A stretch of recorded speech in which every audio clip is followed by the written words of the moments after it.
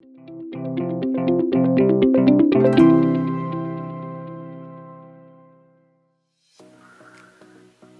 everybody, I'm Armin from WatchThemLive and I hope y'all are having an amazing day. Whether you are in your dashboard or in the Replays tab or in the Visitors and Sessions tab, you can use filters to segment your data in WatchThemLive. To do so when you are in dashboard, you just need to click on the filter button, and as you can see right now there are 21 page views. You can add as many filters as you want here. For example, I'm going to go for people who live in Canada and people who use Chrome as their browser. So I will click on the submit button, and as you can see we have 10 page views right now.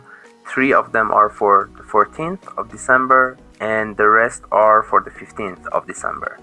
So you can do the same thing in the Replays tab.